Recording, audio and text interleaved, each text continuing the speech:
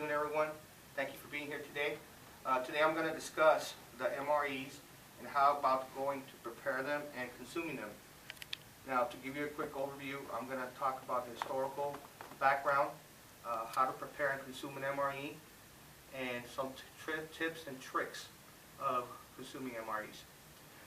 In 1963, the Department of Defense began developing the meal ready to eat, a ration that would rely on modern food preparation, packaging, and technology to create a lighter replacement for the canned meal combat individual ration. For the last 3 decades, MREs have been a staple of combat zones everywhere. They have been pretty much produced to ensure that soldiers get the correct nourishment in combat zones, as well as ensuring that the packaging and distribution of meals are logistically sound in combat areas. Now, historically, the first MRE was adopted by the military in 1975. In 1983, the United States Army used the 25th Infantry Division to test the MREs, and in return, they put soldiers in a situation where they would have to consume MREs for all 3 breakfast, lunch, and dinner meals. The response they received in return was that the meals, even though they were edible, they were poor in taste. Since 1998, the meal menus have changed from all the way to 12 to 24 to include 3 vegetarian meals. So they've come a long way historically. Now we're going to discuss the preparation of an MRE. Sergeant Aguilar, which is going to be assisting me today, is going to walk us and assist us in walking through the process of heating the MRE and consuming it.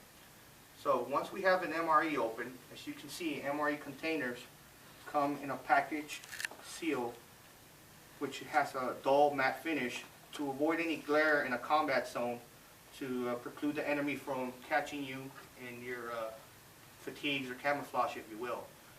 Now, each entree, which is the main meal, in this case being chicken fajita, comes in a gray plastic cover. So the first thing you want to do is you want to pull out your main entree, and you also want to look for your green plastic heater. Now, once you go ahead and get both of those, you're going to rip the seal off of the green heater, and you're going to place the entree inside the green heater until it sinks to the bottom. Once you establish that the main entree is all the way at the bottom, what you're going to go ahead and do is incorporate just enough water to the fill line of the package.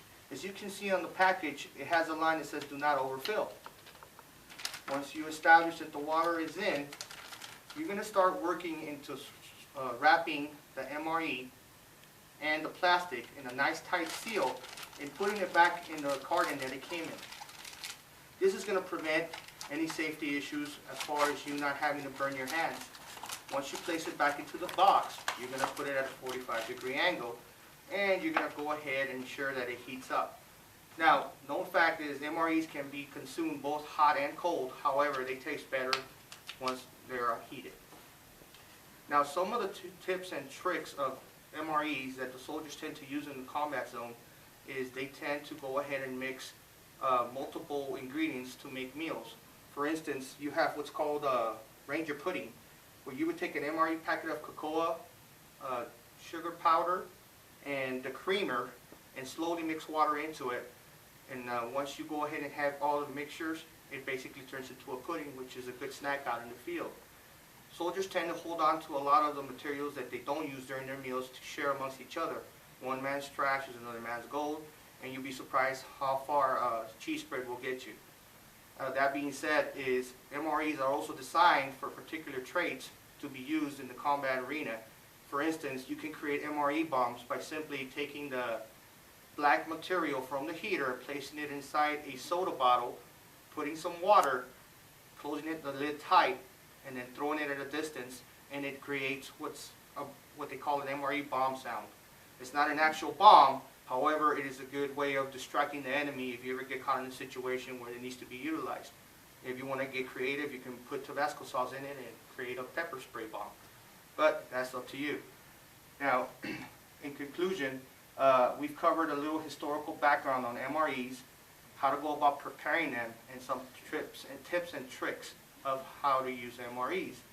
So I hope I've given you a better in-depth look at MREs And just know that they are not only used for combat, they can also be used for camping, emergencies, or anything, anywhere in an austere environment. So thank you for your time.